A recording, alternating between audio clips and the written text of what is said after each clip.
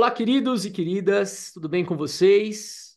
Boa noite, eu espero que todos estejam bem. Nós estamos no nosso nono encontro e é uma satisfação para nós ter você conosco aqui acompanhando o nosso projeto Esther. E hoje nós temos aqui também a grata satisfação de ter conosco o nosso amigo e convidado Mateus. A paz, mestre, tudo bem?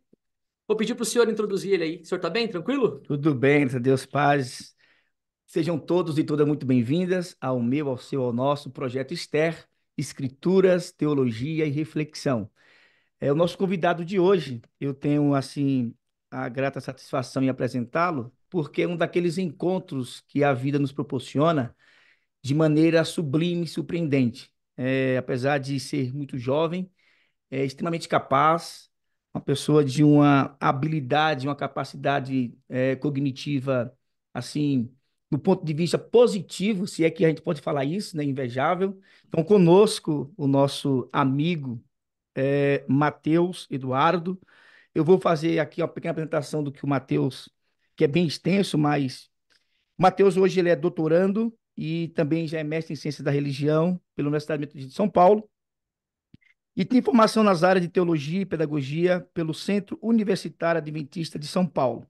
O Matheus também ele é membro da Associação Brasileira de Pesquisas Bíblica, a ABIB, do Grupo de Pesquisa das Memórias e Tradições Cristãs Judaicas, a Rastros, e também do Grupo de Pesquisa em Arqueologia do Antigo Oriente Próximo, a qual também eu tenho o prazer de fazer parte.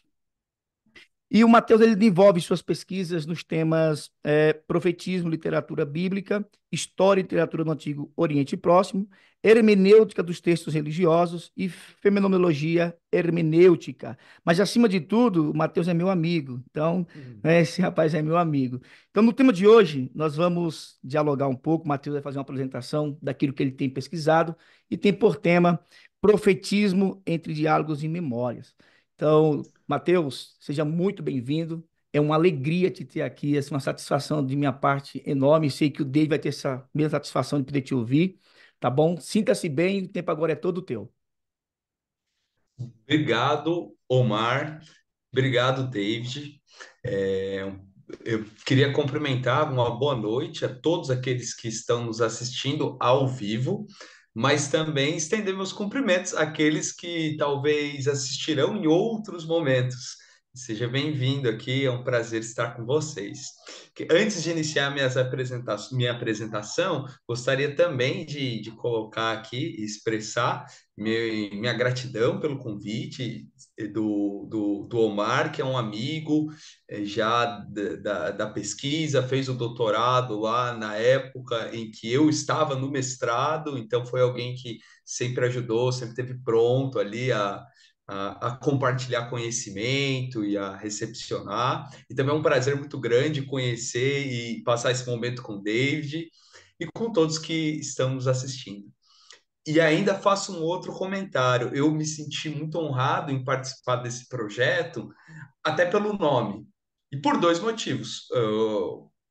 Porque o acróstico, né, Esther, tem a ver com três coisas que eu gosto muito: escrituras, né, que faz parte da nossa pesquisa, também do nosso devocional, do pessoal, teologia e reflexão, coisas próprias tanto para a vida acadêmica quanto pessoal, mas também porque Esther, enquanto nome, é como chama a minha esposa. A minha Ah, esposa é olha chamada só. Esther. Então, quando eu recebo o convite, assim, você quer participar de Esther? Por favor, não tem como negar, né? Uma honra tão grande como essa, ok?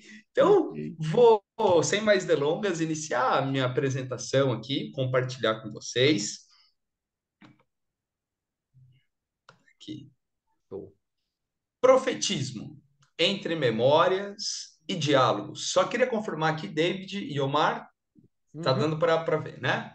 Perfeito. Profetismo entre memórias e diálogos. Então, a gente vai fazer um trajeto aqui, a tentativa de aproximação entre o estudo de memória e do dialogismo, na perspectiva das teorias de linguagem, da ciência da linguagem, e o profetismo enquanto estudo desses textos bíblicos ligados às figuras dos profetas. Ou seja, para não parecer que eu estou falando grego, ainda que num programa de Bíblia, onde o grego às vezes é muito bem-vindo, aliás, sempre é muito bem-vindo. Mas para explicar, é a tentativa de aproximar questões típicas da filosofia da linguagem, da teoria da linguagem, com o estudo da Bíblia. E aí a gente vai seguir um percurso. Primeiramente, eu vou fazer alguns apontamentos introdutórios ao profetismo e às complexidades relacionadas ao tema. No segundo momento, eu vou fazer uma explicação sobre os estudos de memória a partir de determinados teóricos e estudo do dialogismo. E um terceiro momento, a gente vai fazer alguns exercícios de aplicação do estudo de memória, isso que a gente pode chamar de hermenêutica da memória, e do dialogismo com textos bíblicos. Ok? Ok. Feito então esse nosso trajeto, iniciaremos.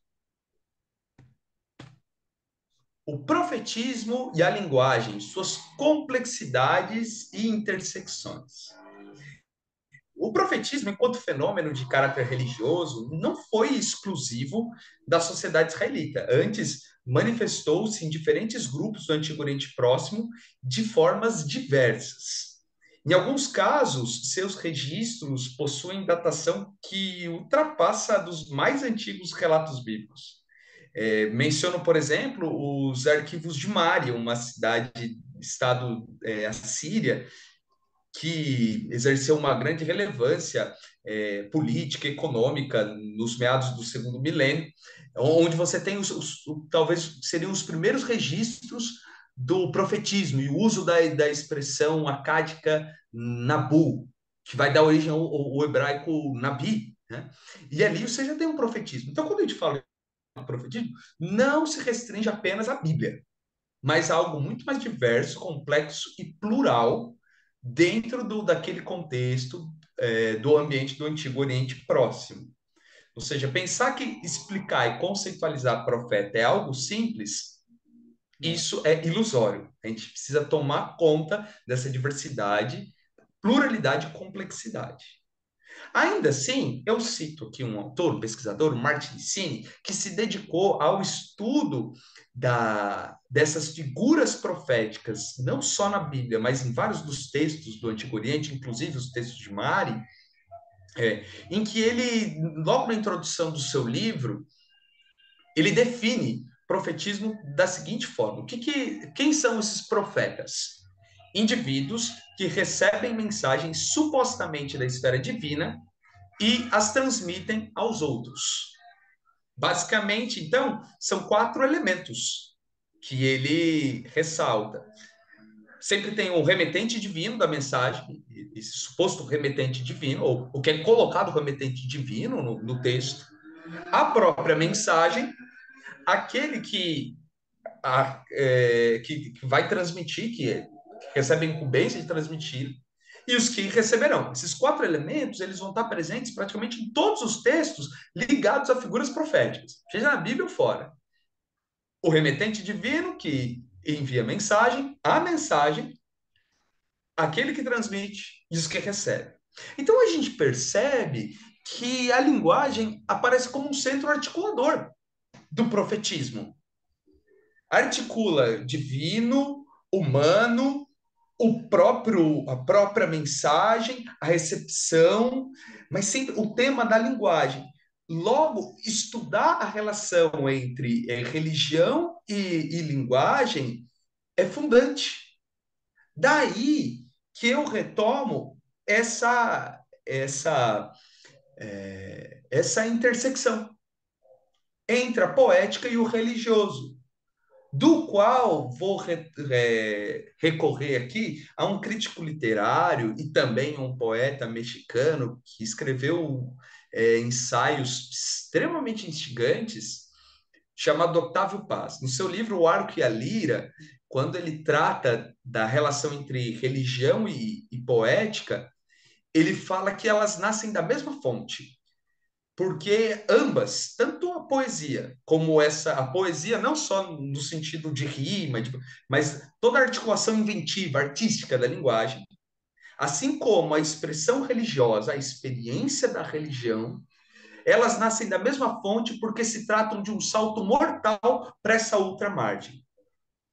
Então, a poesia, ou a poética, a arte, a articulação da linguagem estética e sentimental, como esse pulo para outra margem, para além das questões só racionais e naturais. Aliás, quando você está assistindo um musical, quando você está ouvindo uma música na igreja, você não analisa aquilo da mesma forma que você faz quando você vai trocar o chuveiro, que é uma atividade técnica, né? Ou trocar a resistência do chuveiro. Tem ferramenta ali, parafuso, tá, tá, tá, tá, tá. Música vai além disso, né?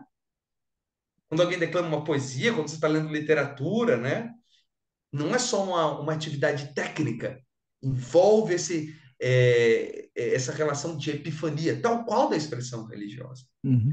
E aí surge essa questão: se religião e poética são tão entrelaçadas, quando a gente chega no texto do profetismo, que mostra isso de maneira muito clara, quando a gente chega na Bíblia e a gente vai estudar, seria exegese, ou seja, esse estudo analítico do texto, a gente poderia considerar a exegese como uma ciência objetiva e exata? É igual matemática e química? Se você souber exatamente a tradução dos códigos, isso significa que você esvaziou o sentido do texto? São questões de se colocar para a nossa aproximação, né? Daí que eu vou convidar um teórico que ele vai nortear muitas nossas reflexões aqui, que é um hermeneuta, um filósofo francês, o Paul O Ricoeur, Riquet. que o Paul Ricoeur, ele coloca a revelação e profetismo como conjunção de dimensões ambíguas. Porque no profetismo você tem esse contato radical do humano com o divino. Nesses textos narra-se o ser humano e o divino numa relação que às vezes até beligerante, né? O Jeremias que fala que no livro de Jeremias o coração se desmancha em fogo, as palavras consomem, destroem esse salto mortal mesmo, né?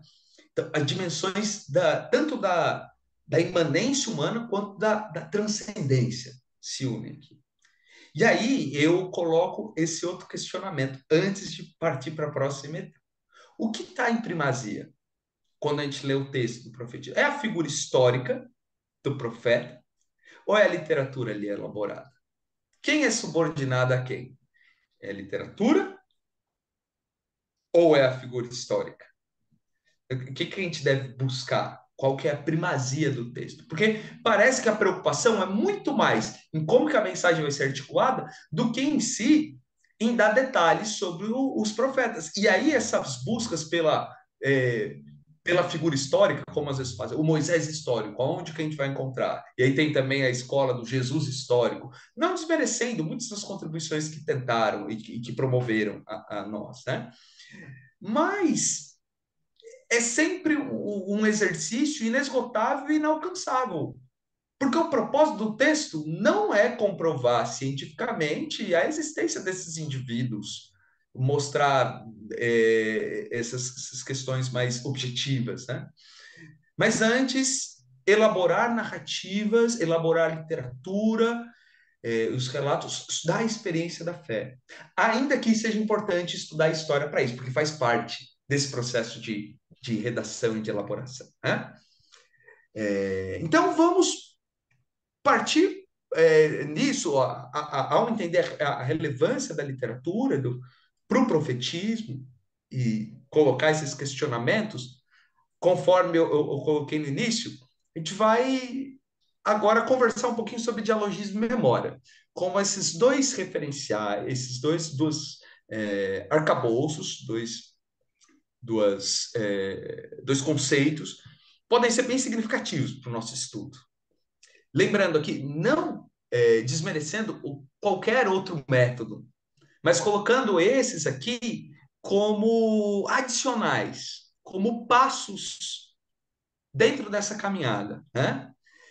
Até porque, tanto quando a gente vai estudar o dialogismo, a memória, ou qualquer outro tema, todo o processo feito antes é que nos levou a esse ponto. Não fossem os outros caminhos, a gente não chegaria até aqui, né?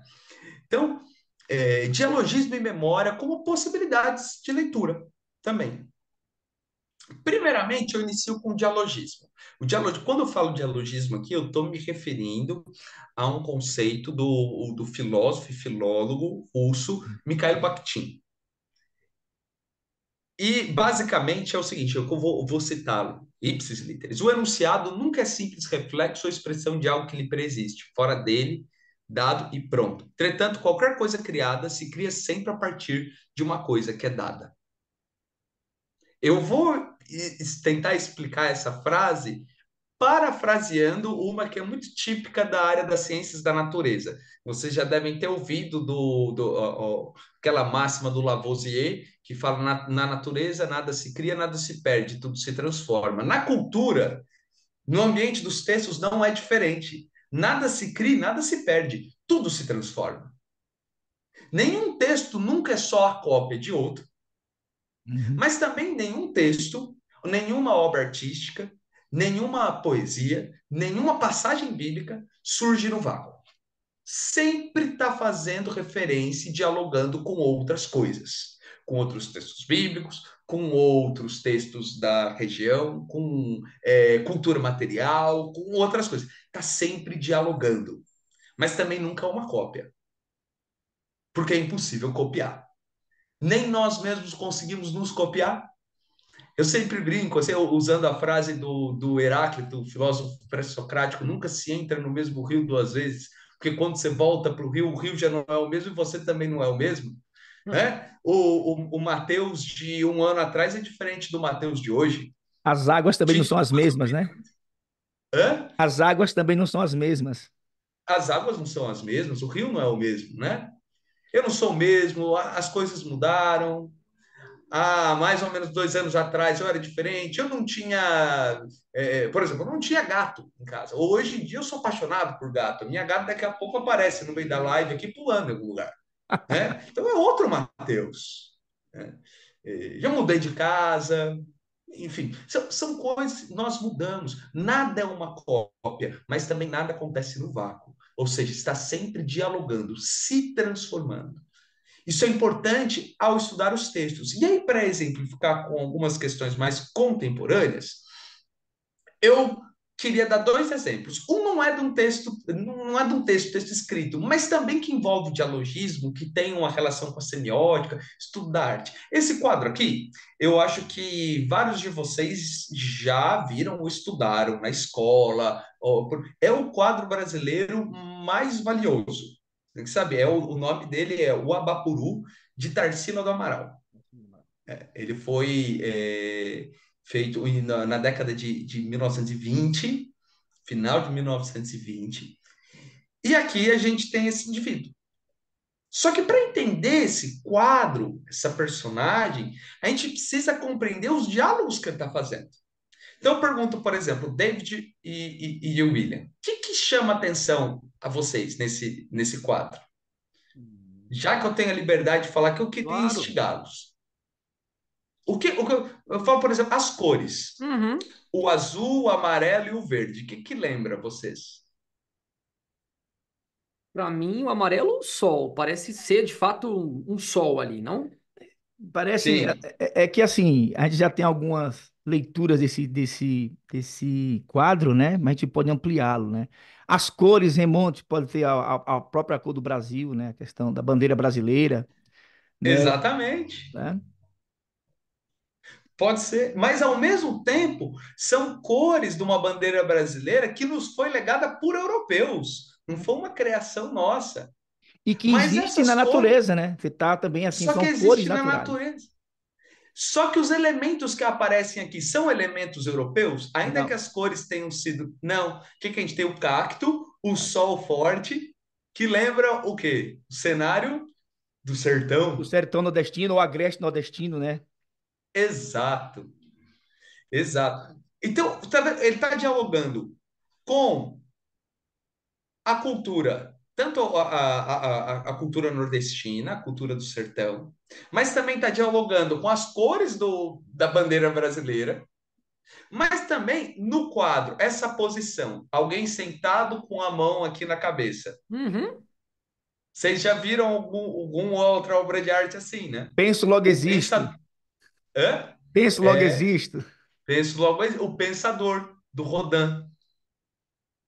Pensador de Rodin. Então, que é uma escultura europeia. Tá? Então, mas está subvertendo. Então, é uma mistura elementos artísticos de tradição europeia, que era dominante na época, com questões brasileiras. E Tarsila do Amaral, ela fazia parte do movimento chamado arte moderna, que é essa tentativa de dar as caras brasileiras para a expressão cultural. Porque até então era sempre dominante assim, o que está acontecendo na Europa a gente repete aqui. Tarsila do Amaral e outros falam, não, não, não. A gente precisa criar algo nosso, com a identidade do nosso povo. E ela está fazendo isso. E aí, quando ela coloca esse brasileiro pensando, é como falando assim: não são só vocês, europeus, que pensam, não. Nós também pensamos. Apesar de vocês acharem que nós só servimos para trabalho braçal, por isso a perna e a mão Enormes. exacerbados, Uhum. nós também pensamos. E ainda que vocês achem que a nossa cabeça é pequena, ela está perto da iluminação do sol. Então, olha quantos sentidos são elaborados no diálogo com Uhum. outras artes. Isso aqui é um exemplo só para a gente se aperceber da profundidade disso. Tinha outro exemplo aqui, mas por conta do tempo, vou passar agora já para esse outro conceito, da memória. O da memória. Memória, quando a gente fala de memória, também envolve o dialogismo. O dialogismo envolve a memória, o memória envolve o dialogismo. Porque a gente está sempre fazendo exercícios de memória.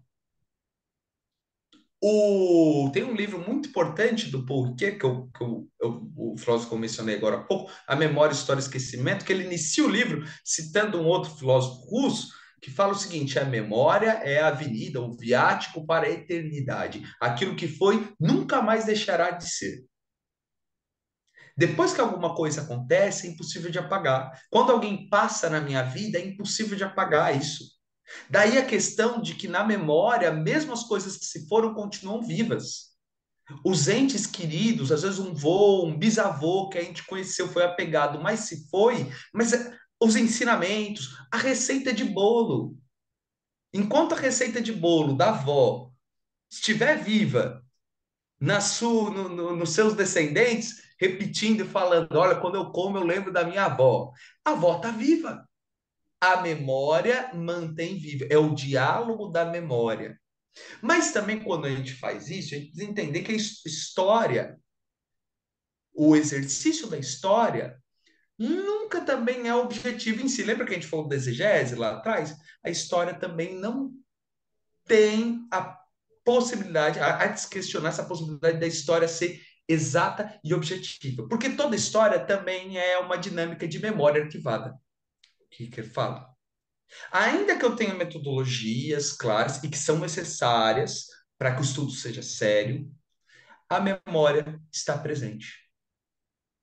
E é preciso fazer esse refinamento. Daí essa quebra da dicotomia moderna entre subjetividade e objetividade, como se fosse possível ser só subjetivo ou só objetivo.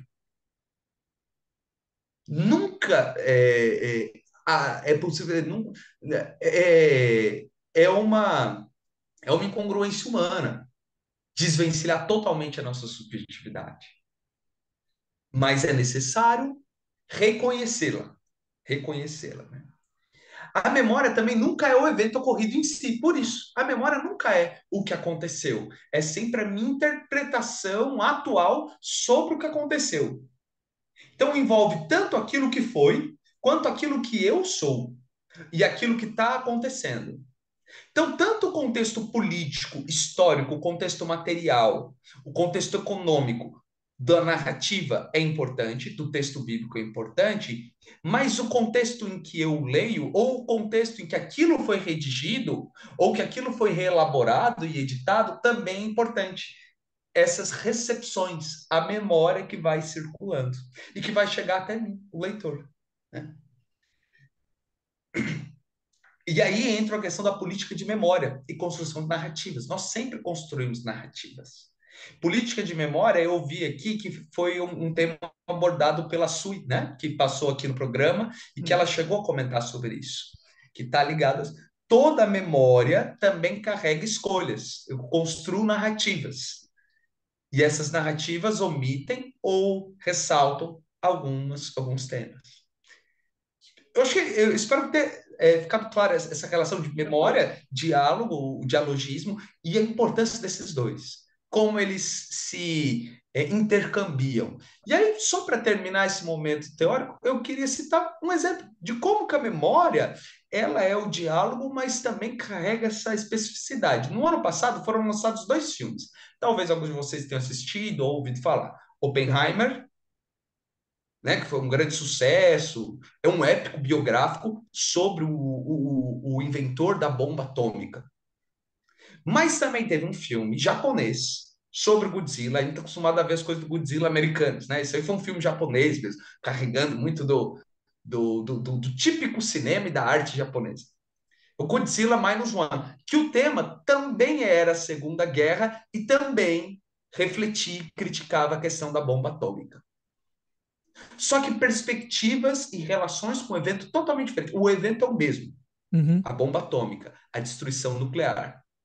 Mas no Oppenheimer ainda há uma valorização.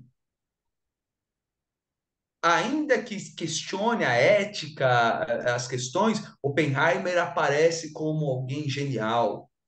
E a invenção dele como algo quase que místico, num sentido, às vezes até bem positivo e louvável, como aquele que tomou a chama dos deuses para dar aos humanos. Digno de reverência, Muito né? épico, hã? O digno de reverência, né? Digno de reverência. Já o Godzilla Minus One vai tratar da ficção científica e do monstro como símbolo de um mal inescrupuloso, horrível, inadmissível. Percebe que os dois estão tratando do mesmo evento, Uhum. mas a partir de lados diferentes. Daquele que criou e bombardeou e daquele que foi bombardeado e perdeu seus entes queridos. Perspectiva diferente, né, Matheus? De quem Exatamente. cria e Exatamente. de quem é o alvo da criação, né? Ou seja, Exato. quem sofre as primeiras consequências e efeitos dessa criação. Exato. Aí a gente está vendo claramente tanto a questão do dialogismo quanto da própria memória, da subjetividade, da construção da narrativa. E, enfim, eu espero que tenham ficado claro esses conceitos, e a partir disso eu queria encerrar esses próximos 4 ou 5 minutinhos mostrando exemplos práticos da Bíblia de como que a gente pode verificar isso. Uhum. Não? Diálogos e memórias em textos do profetismo bíblico. Pontua aqui algo que um biblista chamado Douglas Stewart coloca no seu comentário aos livros de Oséias, ao livro de Oséias. Ele fala o seguinte: profetismo genuíno e total originalidade são dimensões excludentes em face do seu diálogo com a tradição. Stewart fala o seguinte: nos textos do profetismo nada é original, inédito. Eles estão sempre referenciando outras tradições. Ainda que estejam criando tradições, é sempre um diálogo. Lembra que a gente falou do dialogismo? Nada Uhum. se cria, nada aparece no vácuo. Está sempre relacionado com alguma coisa. Mas também faço alguns outros apontamentos. De Conrad Schmidt, da questão do estudo do profetismo, não mais com a busca pelo gênero religioso e a sua logia original, ou seja, quem foi o Jeremias, aonde viveu, aquele negócio tipo o Globo Repórter, né? Aonde viveu, o que comia, o Tá. que fazia, né? Mas compreender esses textos como uma elaboração complexa, contínua e coletiva da literatura profética. Não estou mais buscando só aonde, como, quem viveu, tal, mas como que esse texto vai se formando na história. E aí um outro conceito do biblista francês, o Jacques Vermeulen, que ao abordar Isaías, ele coloca a ideia da catedral literária. A catedral, porque as catedrais europeias não eram construídas só em um momento, às vezes demoravam décadas e décadas e diferentes arquitetos trabalhando nelas, mas sempre com uma linha. Ainda que com suas características distintas, eles estão construindo uma obra só. Então, elaborando, editando essa obra artística catedral, tal qual, assim, o profetismo. Então, entender essas questões, que ambas, todas elas, estão envolvendo diálogo, dialogismo e memória. Textos bíblicos. Primeiro, vou ler um texto aqui de Oséias e comparar com os ciclos de Baal, que eu sei que o Omar também estudou na época lá, na Metodista, trabalhou com isso, né, Omar? Isso. A gente vai ler um textinho aqui de Oséias 2, que parece fazer uma relação muito interessante com os ciclos de Baal. Assim, acontecerá naquele dia, o oráculo de Yahvé, que me chamarás meu marido, e não mais me chamarás meu Baal. Eu te desposarei a mim para sempre, te desposarei a mim na justiça e no direito, no amor e na ternura. Te desposarei a mim na fidelidade, e conhecerás a Yahvé. Naquele dia eu responderei, oráculo de Yahvé, eu responderei ao céu, e ele responderá à terra. A terra responderá ao trigo, ao mosto, ao óleo, e eles responderão a Jezrael. Então, uma cena de um casamento, né? O Yahvé e seu povo. E para isso, fala assim do meu marido e meu Baal. Faz uma referência nominal, né? Até porque fazendo essa brincadeira, porque Baal também é uma palavra, é um termo que né, no semítico que tem a noção de marido, né? Dono, senhor, proprietário. Dono, senhor, exatamente. E aí vai falar dessas questões da natureza, do Yahvé como esse que dá a chuva, o trigo, que faz os grãos crescerem. E agora a gente vai ler um trecho do ciclo de Baal, que é um trecho onde fala do casamento de Baal com a Nath. Olhem para a terra em busca da chuva de Baal, e para o campo da chuva do Altíssimo. Doce para a terra é a chuva de Baal, e para o campo a chuva do Altíssimo. Doce para o trigo no suco, na terra arada para o grão, na inclinação como uma coroa. Então, aí a gente entender que esses textos, também a Bíblia não surge pronta, não surgiu um livro assim, igual que a gente tem. Na época, essa questão de canonização não era algo nem que passava na cabeça. São textos que dialogavam com outros textos. E aí, se a gente pensar na Bíblia como isolada de outras culturas e outros textos, a gente está cometendo um erro.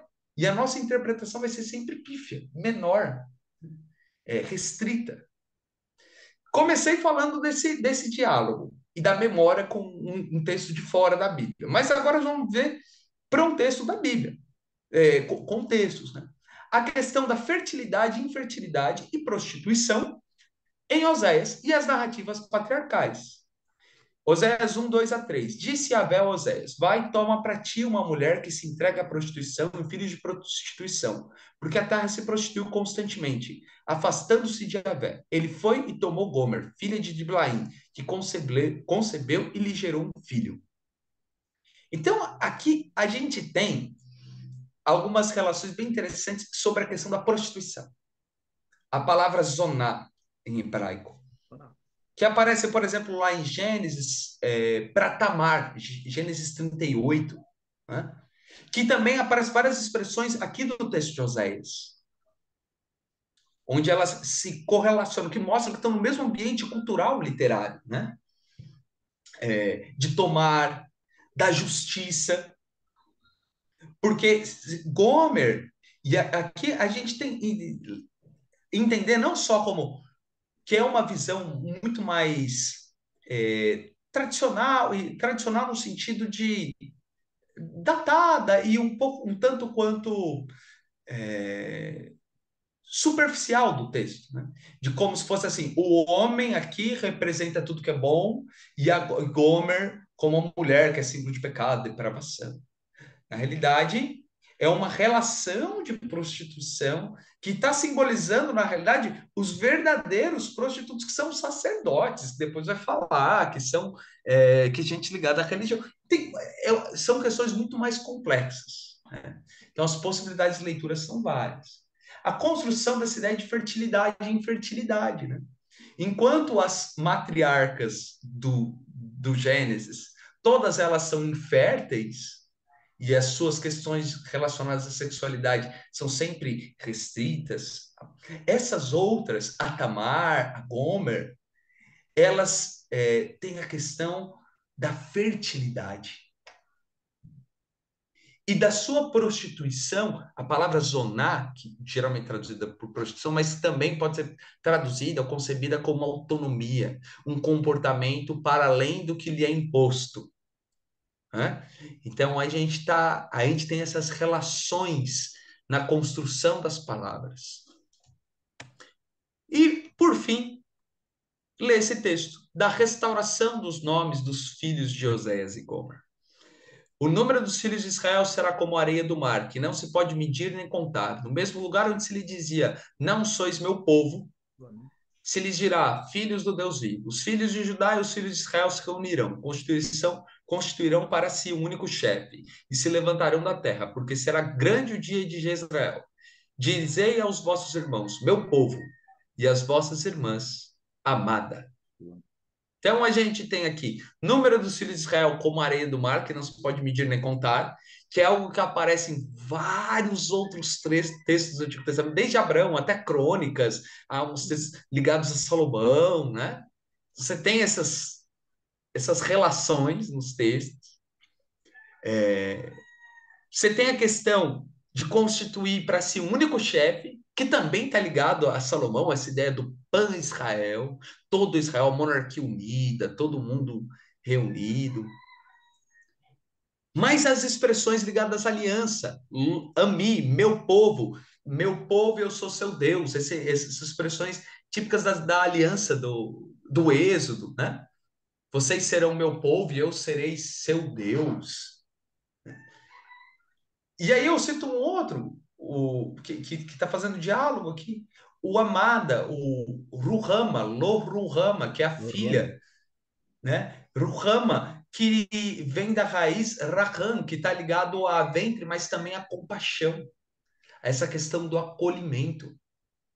Então, brinca com esses sentidos, dialoga com as múltiplas possibilidades, também fazendo memória. Memória de tradição do Êxodo, fazendo uma política de memória para falar de monarquia, para falar de constituir para si um único chefe. E política aqui não querendo falar numa questão pejorativa, mas porque o texto está falando de relações sociais. Então, entende? O objetivo com isso foi tentar deixar claro como que esses referenciais, esses conceituais, eles nos ajudam a compreender esses sentidos dos textos.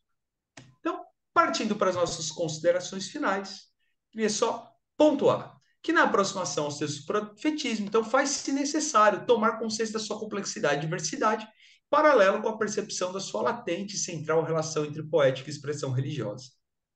O segundo ponto, que é a relevância do dialogismo enquanto compreensão das relações múltiplas e catalisadoras de sentido que os textos fazem com outros textos, e da tensão entre história, memória e narratividade.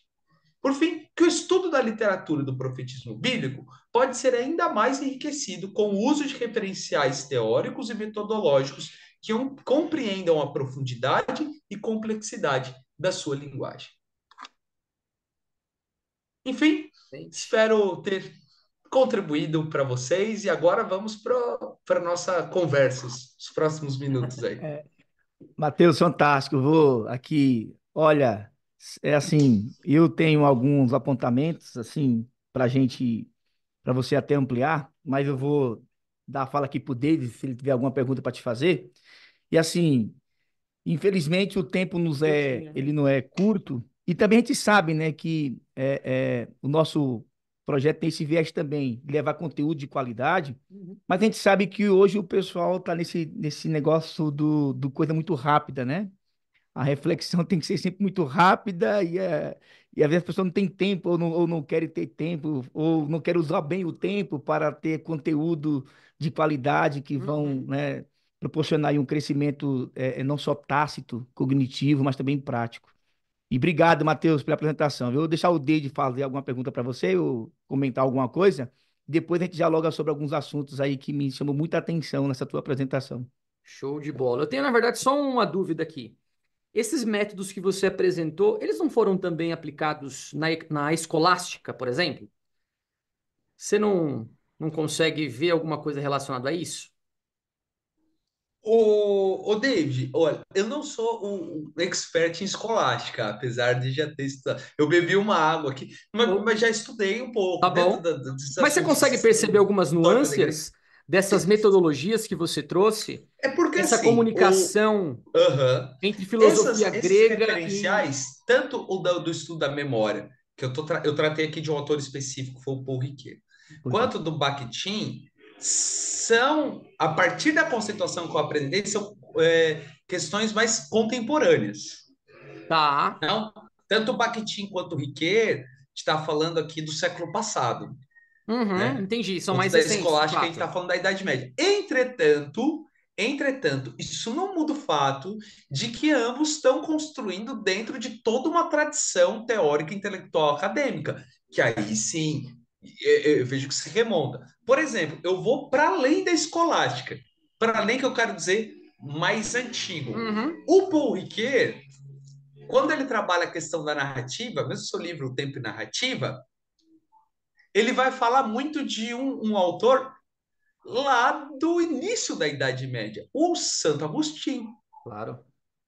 Entendeu? Quarto Ao século. falar do livro Confissões, ele vai falar com o Agostinho, ele fez uma narrativa de memória, uma fenomenologia da memória, lá atrás. Excepcional. Ao falar das confissões, porque quando o Agostinho vai escrever Confissões, ele está relembrando a sua história. Mas ele não está preocupado em questões factuais. Tanto é que você lê aquele livro, para quem já leu Confissões do Agostinho, vê claramente, ó, quando é criança, ele começa a falar Ali. dele criança, com umas intenções que você fala, gente, mas como assim que criança que tem um pensamento desse? É verdade. É porque ele não está preocupado numa questão de descrição factual, tipo um diário, né? Do que foi exatamente o diário de pesquisa, de laboratório. Ele está fazendo uma reflexão de memória dele já avançado em idade, pós-conversão, né? No diálogo dele, na construção de uma teologia, de uma filosofia, e aí ele lembra e narra a história em prol da memória. Então, quando a gente fala disso em escolástica, em outros sim, a gente vai encontrar já. O dialogismo é algo que me parece muito presente também na questão rabínica, né? Do jeito de ler do rabino, de Midrash, né? De algumas interpretações bíblicas presentes no Talmud, Uhum, né? uhum. Toda Tanto é que tem outro que trabalha não o dialogismo literário, mas o dialogismo no sentido da psicologia, que é o Martin Buber, que ele, de fato, ele fala, não, a noção de dialogismo vem da minha raiz, do meio Hassidim, né? Dos Hassidim, né? Do meio judaico, e de piedosos. como ele aprendeu a interpretar a Bíblia, os textos, a fé, de maneira dialógica. Então, Excelente. sim, Excelente. Eu percebi, na verdade, essas nuances, por isso eu perguntei para você se eles tinham alguma raiz mais antiga em relação a essas sim, metodologias. Entendi, aham. perfeito. Respondido E aí, muito eles vão obrigado, viu? fazendo essas referências. Remontou ao seu dialogismo, na verdade, né? Nada, Nada se cria, nada nada se surge do cria, nada. tudo se transforma, Verdade. né? Matheus, assim, olha, eu fico muito bom te ouvir, a gente aprende muito, aprendi Uhum. bastante, né? E, assim, dentro da tua... no momento que você vai apresentando, eu vou também percebendo vou usar o termo anseio no sentido de nos convidar a ampliar sempre o ato que é sempre difícil interpretar, embora é um exercício de sentido para a vida, né? Mas interpretar é necessário, mas não é uma coisa tão fácil como a gente imagina. Interpretar sempre vai ser muito difícil, né? Porque, embora convenhamos, vivamos em um mesmo ambiente, a mesma época, a gente sempre vai para o texto ou para qualquer coisa com o nosso momento, as nossas experiências e etc e tal.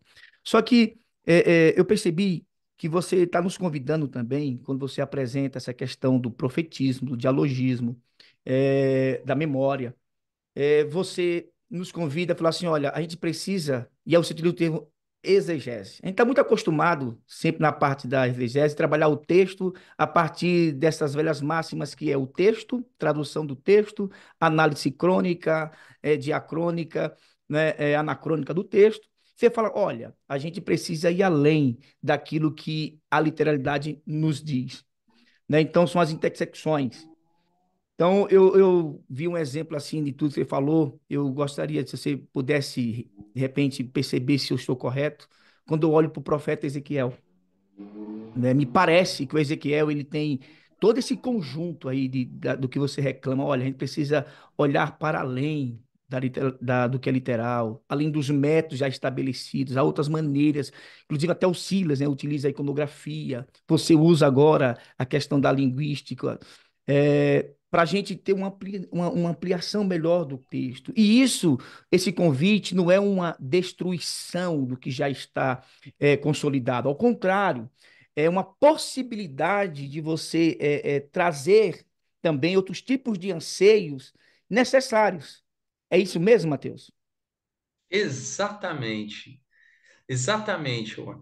É, não é jogar fora a tradução, o estudo filológico, a análise, a crítica textual, nada disso. É pelo contrário, entender o quanto que elas são relevantes, o quanto que elas podem ser potencializadas, inclusive, à luz desses outros referenciais. E de que eles não esgotam. E é o que você falou, interpretação não é fácil. Não, E nunca se esgota. não você esgota. E nunca se esgota, né? Né? A gente que faz leitura do estudo, né? A leitura bíblica, vocês que eu acho que são pastores, né? Pastoreiam, estão no meio de igreja, de comunidade de fé. É impressionante como às vezes a gente estuda tanto, se debruça sobre textos da Bíblia, e a gente vai fazer um sermão achando assim, olha, eu estou dominando o assunto. Aí uma pessoa que formalmente estudou menos, talvez, do que você, vai chegar e vai falar: olha, eu percebi isso e isso também aqui no texto. Você fala: caramba, eu fiquei um tempão traduzir, retraduzir, mas não percebi esse detalhe que a pessoa percebeu. É. Porque a interpretação ela é sempre um devir. E aí eu achei interessante você falar do próprio livro de Ezequiel, né? Você mencionou Ezequiel, que é um livro de fronteira, é um profetismo de fronteira, porque ao mesmo tempo que ele está dialogando com toda uma tradição do profetismo de Israel, profetismo de Judá, mas ele também está nas margens da apocalíptica, com seres de quatro cabeças e roda para todo lado e olho em tudo que é lugar. Quebra essa barreira Basta para. do profetismo do êxtase, né? Vai para o drama, vai para o teatro, vai para a representação, vai para uma série de coisas. Né? Tem uma série de conjuntos que não prejudica, inclusive, essa questão do divino humano, mensagem e recepção. Aliás, torna muito mais lúdico, compreensível, inclusive. Aham. E usando assim, formas de construção de sentido que não são só as tradicionais, que não é só o cognoscível, tá? Porque quando você está vendo, a primeira vez que eu li o livro de Ezequiel, eu era criança. Eu gostava muito de ler as coisas, eu gostava muito de ler tudo que é livro. E um dia eu também li a Bíblia, né? Eu falei, vou ler esse livro de Ezequiel. E quando eu comecei a ler lá, não sei quantas cabeças e olhos, falei, caramba, isso aqui me causou eu me lembro da sensação de, tipo, embrulhando o estômago. E aí, depois eu continuei lendo, vou ver, o Ezequiel passa mal, o personagem do Ezequiel passa mal. Então, é como se na descrição o narrador quisesse fazer com que o leitor tivesse a mesma sensação corporal que o Ezequiel, essa sensação meio enojado. Então, tá vendo que a construção de sentido, não só na explicação racional do texto, é o que mexe com o sentimento, para causar Claro. nojo, estranhamento, você se sentir desnorteado. Aí você vai ler no final, e ele ficou desnorteado e desmaiou. Aí você É, fala, entendi, então não sou só eu, não é. estou sozinho. Ô, Matheus, e assim, eu vou para uma questão para você também. Talvez não seja nenhuma questão, mas seja para você ampliar a tua fala e apresentação. Eu quero usar aqui o dialogismo que você utilizou como referência ou como exemplo, se é isso mesmo que eu consegui compreender, dos filmes do Oppenheim e do Godzilla, né? Essa importância também de a gente sair um pouco desse binarismo, né? Opressor e oprimido, ofensor e ofendido, mas assim, um convite para que a gente nunca. Porque também o dialogismo me fala, me leva a uma questão da crítica às estruturas de poder predominante da interpretação. Então, o quanto é importante eu fazer uma leitura assim a partir de mim, da minha realidade, mas não esquecer que a leitura ela também tem uma via de mão dupla, não é só a partir de mim, é a partir do outro, né? E aquilo que aparentemente pode ser uma coisa memorável, reverenciável a mim, ela pode ser duramente assim cruel com o outro, né? E assim, eu estou fazendo aqui já um outro tipo de aplicação a partir do exemplo que você deu.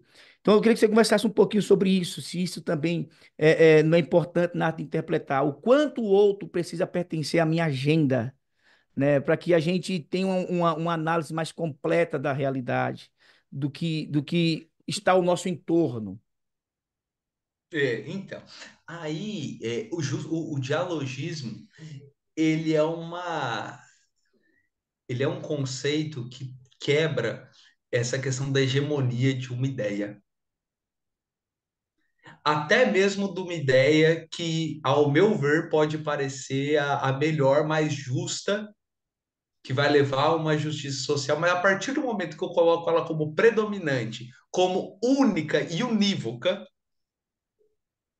e eu tento colocar a goela abaixo, sem ouvir o outro, eu deixo de fazer o dialogismo. O dialogismo é o quê? Ele até, eu até citei no texto do Bakhtin que eu mencionei, ele fala assim: nada é igual e nada surge do nada, porque sempre se constrói em cima. Eu saio diferente, o outro sai diferente. Eu mencionei aqui o Martin Buber, ao falar Uhum, da pergunta do David, né? Que trabalha a questão da dialogicidade aplicada à área da filosofia existencial, na fenomenologia, na área da psicologia mesmo, né? uhum, De que a construção da identidade está sempre atrelada ao outro. Eu me construo e devo estar aberto para isso. Reconhecer o outro, a percepção do outro e a interpretação do outro. A gente por exemplo, aqui num programa é, ligado ao estudo da religião, da teologia e da escritura, e talvez tenha gente aqui de diferentes Uhum. raízes, matrizes, percepções, uhum, né? E aí a questão da gente sair do binarismo de certo ou errado, mas de ouvir o outro. Entender que, ainda que previamente eu considere diferente, ele pode ter muita coisa para contribuir para mim, né? Claro.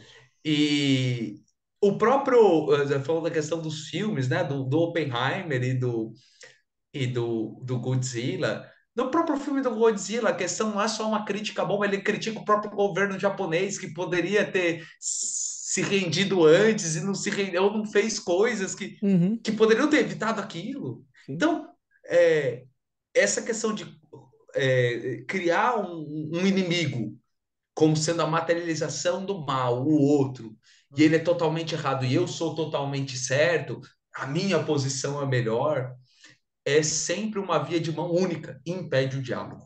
é, E isso, para a interpretação bíblica, a interpretação da vida, a interpretação da religião, é sempre redutor e restritivo. sim. Para a fé, para atividade acadêmica, atividade intelectual, para a vida social, para tudo, né? Maravilha, Matheus. Queridão, Sensacional. é, nós estamos chegando ao fim de mais nossos encontros. Nós Uhum. tivemos a grata satisfação aqui de ter o Matheus conosco. Nós vamos agora fazer os nossos Agradecimento. agradecimentos, né, aos nossos parceiros. Depois eu vou passar para o David, Uhum. depois eu faço o meu e, por fim, o Matheus também terá a oportunidade de fazer suas considerações finais, tá, Matheus? David. Valeu. Nós queremos agradecer mais uma vez a nossa parceira aqui de alguns meses, a Music Móveis, não é?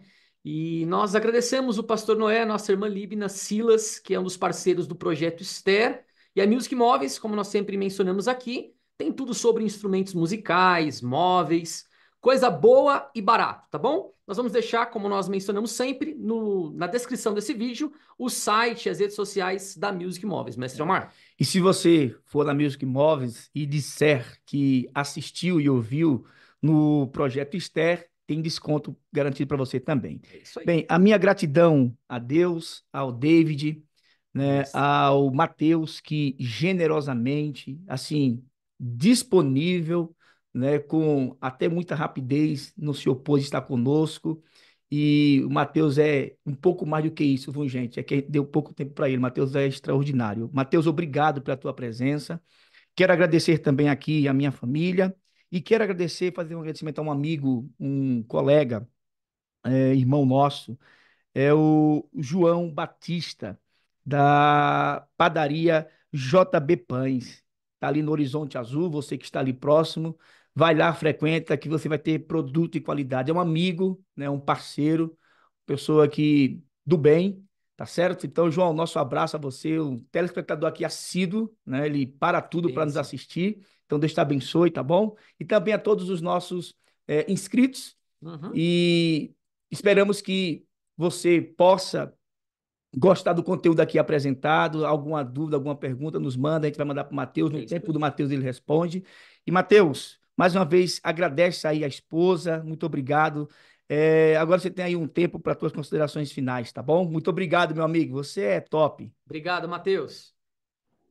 Obrigado. Queria, como eu já fiz minhas considerações finais da fala, eu queria nessas últimas considerações finais aproveitar para agradecer a oportunidade. É sempre bom falar da nossa pesquisa, daquilo que tem tomado o nosso tempo, mas que não é um fardo, na realidade a vida acadêmica, ela é um privilégio, inclusive para reflexão sobre a fé, sobre a existência, sobre sociedade, e eu espero que isso tenha contribuído um pouquinho aqui com vocês que estão nos assistindo.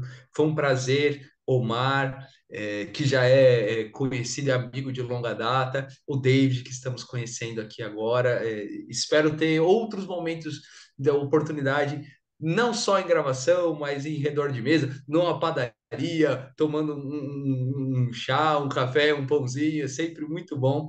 Um abraço a vocês que estão nos ouvindo. A qualquer dúvida ou interesse, a gente está aberto aí ao diálogo e à troca de ideias. Matheus, desculpa, a gente sempre faz isso aqui com o pessoal. Eu não sei se você costuma fazer, dar palestras, estudos. Se sim, e aí você pode também agora fazer uma apresentação, né? Como que faz para entrar em contato contigo, a maneira de te contactar, e também envia para nós se tiver, e nós vamos deixar na descrição desse vídeo Uhum. também para te ouvir. Uhum. Ok. Apesar de não ser muito ativo nas redes sociais, eu tenho um Instagram lá. Eu não uso ele assim muito para divulgação, mas tem lá e dá para entrar em contato comigo por lá, que é o Matheus Eduardo Rocha, alguma coisa assim que tá lá. Acho que se pesquisar encontra. Tá bom? Percebi que É, não usa muito, tô percebendo. não, vai estar lá, tá lá. Mas depois eu passo o link para colocar na descrição. Legal. E também tem o próprio número, eu posso compartilhar o e-mail para entrar em contato, tá? Legal. Que aí quem quiser, a gente está aberto sempre. É um prazer falar sobre esses assuntos em diferentes ambientes, né? Tanto acadêmico quanto o ambiente das comunidades de fé. Sempre um prazer. Excelente. Obrigado, viu, Matheus? Novamente aí, um prazer conhecê-lo. Você não tem nenhum livro ainda, né? Ainda, ou já tem alguma coisa? Nós poderíamos Tem colocar. algumas coisas, tem os Legal. artigos Tá publicados por bom, aí, né? tá bom. Tem os artigos e tem participação em livro, né? Muito Um bom. livro só meu, até tá em processo. O Opa! livro Quando que sair, a está gente já traz ele relacionado à aqui, né, pesquisa, mestre? Para mas não falar foi sobre. publicado ainda, tá? Mas está em processo, está em Maravilha. andamento aí, Vai ser um prazer recebê-lo para novamente. editoração, estamos em negociação. Mas aí tem outros livros, tem inclusive sobre memória, que eu ajudei a escrever, junto com Legal. outras pessoas lá da Universidade Metodista. E os artigos que dá para encontrar aí na na web, né? Pesquisar o nome da gente no Google Acadêmico, encontra algumas Show de coisas ali, bola. Kate. Muito obrigado, meu Poxa, irmão. Obrigado mesmo aí, viu, pela colaboração. Foi uma bênção. Então, acho que é isso, né, valeu. Mestre Omar? Por hoje só. Queridos, Deus abençoe a todos. Um fortíssimo abraço. Fiquem todos na paz e até a próxima.